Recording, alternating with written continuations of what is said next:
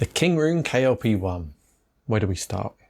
Okay, positivity, be positive. Yeah. This is a Core XY Clipper firmware 3D printer. It does print things fast. The quality is okay. Sorry, I can't do it. I had a lot of problems with this 3D printer, and in my opinion, there are very few people who should actually buy it. Are you one of those people? Let's find out. This video is sponsored by PCBWay. In the very unlikely event that you do buy this 3D printer after watching my review, then check out the links in the description where you'll find the best deal that I could find. Kingroon asked me about 5 months ago now if I'd like to check out their new Core XY 3D printer. I was a little surprised because my review of their K3PS, I want to say Pro, wasn't great. However, I checked out the specs of this new machine and it looked reasonable and the pricing looked competitive, so I wanted to see what they had come up with. A couple of months later, this KLP1 arrived on my doorstep. As usual, I took everything out of the box and started setting things up. With these new Core XY machines, we've become used to very minimal setup and in some cases, practically none at all. With the KLP1, there is a reasonable amount to do, but we're not talking old school Ender 3 levels. The most frustrating part is attaching a number of acrylic panels. You don't actually have to do this. The printer would work without the panels on, but you'll need them if you want to take advantage of the enclosed print chamber.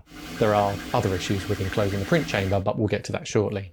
When I asked them, Kingroon told me that they left fitting the panels to us because they could potentially be damaged during shipping if they fitted them. I would rather have everything delivered unbroken, but fitting what felt like 1,000 small screws with only an Allen key was pretty annoying. There were also a lot of marks all over the frame from the polystyrene packing materials that I had to clean off. Again, this is another annoying thing that stops you from playing with your new toy. When setting up these new machines, I always like to follow the manual to the letter to see if there's enough information for complete beginners. The KLP manual isn't bad, but they did miss out a step where you need to connect the Filament PTFE guide tube into the top of the print head. Not a major problem, but confusing if you don't know. You also have to remove a few screws that hold the bed still while shipping, but that's very common across these Core XY machines. The first problem that I encountered when I powered on the KLP1 was that everything was in Chinese. Now, I don't expect every electronic device to default to the language that I happen to speak, but I do think that selecting what language you want to use should be the first stage like it is on so many other machines. The only way that I was able to change the language to something that I would understand is to blindly navigate through the menus until I found the right option. I was only able to do this because I'm already familiar with the menus from using other Clipper devices. I have no idea how they expect you to change the language if you don't already know where it is. This also gave me my first experience of the poke screen display. I'm not going to call it a touch screen because it hardly ever responds to touch and it's so small that you probably couldn't use your finger if it did. Kingroon obviously know this is an issue because they supply a stylus to use. This gave me a lovely sense of nostalgia from when my dad used to use a PDA back in the early 2000s. I'm not sure if that's the experience that Kingroon were going for, but that's what I got.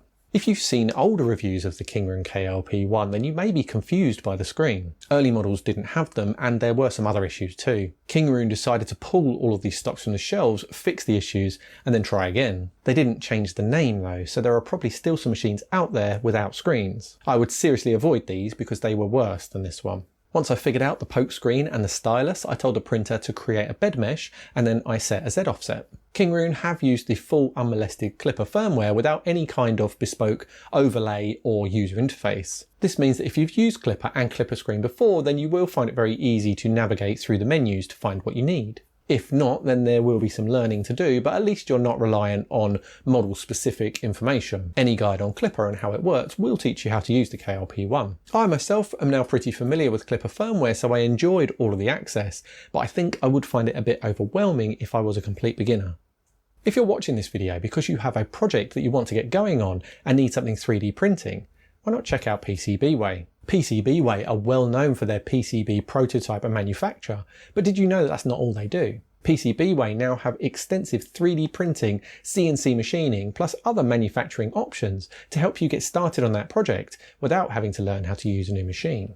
Check out the links in the description below to see their full capabilities, plus a special discount code that you get just for being one of my viewers. Now back to the KLP1. So with a bed mesh and Z offset done, I decided to load some filament. This gave me some issues for two reasons. Firstly, the PTFE tube that guides the filament into the top of the print head is wedged hard up against the top panel, which causes it to bend over at a sharp angle. This means that the filament that you're trying to push in won't guide directly into the print head without snagging, so you either have to straighten the tube out and wiggle things until you can get it in, or, like I did, remove it from the fitting, feed the filament in and then reattach the PTFE guide tube. My second issue was the filament loading option. It didn't work. More specifically, it had been completely forgotten in the firmware setup. For this to work, there needs to be some information in one of the firmware setup files that tells the printer what to do when you press the button.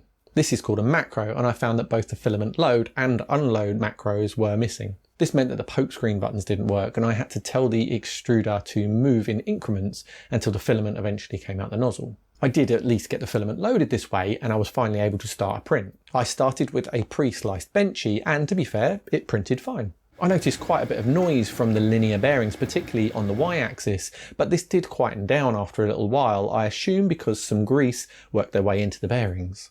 The PTFE tube jammed up against the top panel was still an issue though, and I found that it rubs so badly you can't actually close the lid while a print runs. If you use the included filament holder and a 1 kilogram reel, then you can't even open the lid all the way back because it rubs on the filament reel.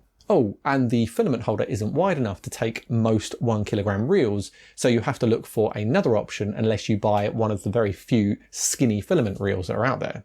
When I asked Kingroon about the PTFE tube and wiring rubbing on the lid, they said that they'd run prints with the lid closed with no issue, but I disagree. Having any wiring rub on a panel with the kind of repetition that we're talking about with 3D printing is going to cause a failure. The filament will also have more resistance because of the tight angle that the PTFE tube is forced into, which will also potentially cause under extrusion and eventually additional wear on your extruder. The top panel design is a massive oversight in my opinion, and if you were planning to do any kind of serious printing with this machine, then I would highly recommend some sort of modification. You could print a whole new cover that replaces the original, some kind of spacer to space the lid up so it clears, or even remove it entirely and only print with PLA and PETG. So that I could get on with some more testing, I just wedged mine open with an old acceleration calibration print, which of course looks lovely. As I said, the first print was a relatively fast benchy, which came out fine and released from the PEI print surface with no issues. However, while it was printing, I realised that there was another issue. Probably to make the KLP1 look sexy, Kingroon have used a dark tinted acrylic for all of the panels, including the door. There's also no additional light inside, so trying to see your print while it's running is nigh on impossible. You can obviously open the door to look at your print, which is fine if you're using PLA, but if you're printing with something that's more sensitive to a draft like ABS, then opening the door could potentially cause warping issues. If you're not with your printer and want to keep an eye on what your print's doing by using an additional camera, then you obviously can't open the door. In this case, the only option you'd have is to mount a camera and a light inside the enclosure. If you do want to use a camera, then you can do so by just plugging a USB camera into one of the USB ports and enabling it in the settings. This is a great feature with Clipper, and it's nice to see that it's fully accessible with the KLP1. As I've said, there's no internal light, and personally I would have rather that they spent their time doing this rather than adding an illuminated logo to the front, which adds nothing to the functionality of the machine. I suggested to Kingroon that they might want to use a clear panel for the door, but they said that they considered this and decided to stick with the black for colour matching reasons. So now, with everything finally set up and my first print complete, I turned the printer off for the night. When I came in and fired it up the next day, I had a new noise. Unfortunately, due to the placement of some of the electronic parts, fans and vents, to keep everything at safe working temperatures, a couple of the fans have to work quite hard, all the time. This means that whenever the printer has power, there will be quite a lot of fan noise. My new noise appeared to be one of these constantly running cooling fans, and basically shows that Kingroon went cheap on the fans. The noise does go after a little while, but it's going to drive you mental in the meantime. So after such a positive first day, I was looking forward to seeing what day 2 would bring. With Clipper firmware, one of my favourite features is the ability to control your 3D printer over a network. You first need to connect your 3D printer to your home network, either via Wi-Fi or using an Ethernet cable, and doing just this gave me no issues. What you then do is find out what IP address your connected device is using, and then type this into a web browser on another computer on the same network. In theory, this should work. Unfortunately, it didn't for me, and I decided it was time to talk to Kingroon again to see if they had a solution. Rather than connecting, I was receiving a 403 forbidden error, which I explained. One of their suggested solutions did help, which was to add a port number of 81 at the end of the IP address, which meant that I was accessing the mainsail interface rather than Fluid. You usually have two options with Klipper when connecting over a network. Those are Fluid and mainsail. They are very similar, and using either wasn't really an issue for me. I was just happy to be connected. Now that I was connected, I could have a good poke around in some of the configuration files, which is when I found out that the macros for both the loading and unloading filament were missing. I also found some other minor issues with processes like when you cancel a print, the bed doesn't move down, it just leaves the nozzle to slowly fuse to your failed print while it cools. By this point, I knew that my review wasn't going to be very positive, but I pushed forward with a number of prints that I needed to see if there were any other issues. Most prints were fine, but I did have a couple of occasions where I had prints just stop and not complete for no apparent reason.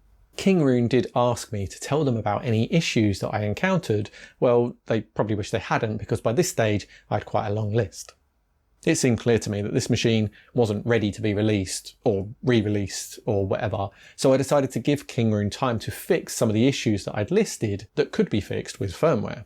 They told me that they would supply me with a new system image, basically a firmware update, when it was ready. This new system image arrived a couple of weeks ago, and Kingroon have added a guide on their website on how to use it. After a little confusion on which version to use, I ended up with 2.1. I was quite easily able to flash a new image to the eMMC by removing it from the base of the printer and plugging it into a PC using the included adapter. So, time to start again.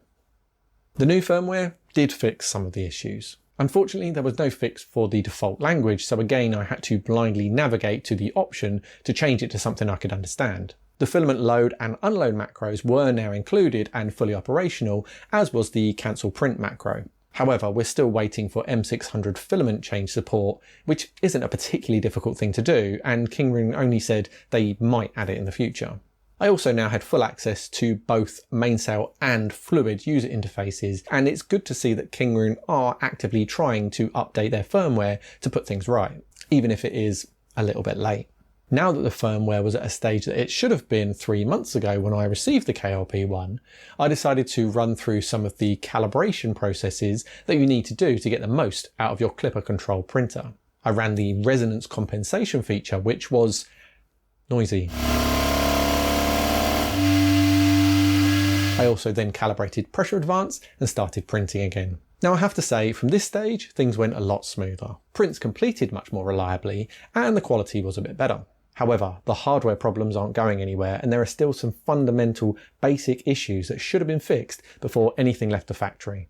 Whilst it would be possible to make some mods to fix some of the hardware issues myself, that doesn't change the fact that they're there, and if you buy this 3D printer, you'll have to deal with them too. Let me know in the comments if you have one of these and need some mods to fix some of the hardware issues. If I did find myself in a position where this was my only 3D printer, then I would make things work, but I just don't think you should have to, especially when there are other options out there. For instance, for very similar money, depending where you live, you could buy a Creality K1 or a Flashforge Adventura 5M. If you want a Core XY machine for quite a lot less investment, then you could buy the Chidi X Smart 3. At the moment, this machine is around $80 less than the KLP1, and it worked much better out of the box for me. Yes, this machine does have its own niggles, and the bed is a little bit smaller, but not by much. I'm actually really struggling to think of somebody who I would recommend the KLP1 to. I guess that if you wanted a workhorse for PLA or PETG, didn't mind modifying things yourself, and were already familiar with Klipper, then you might be happy. However, I think I would still recommend the Chidi machine unless you absolutely needed that slightly larger print volume. The only way I would recommend this printer is if its price was slashed to make it the lowest priced Core XY Klipper machine. If you're watching this when the KLP1 has reduced in price, then bear this in mind. It does work, with some hurdles to overcome. Let me know in the comments if you have a KLP1 and what you think of it. If you want to see reviews of some of the other 3D printers I've mentioned, then click over here. If you want more honest reviews and 3D printing help, hit subscribe. Thanks for watching.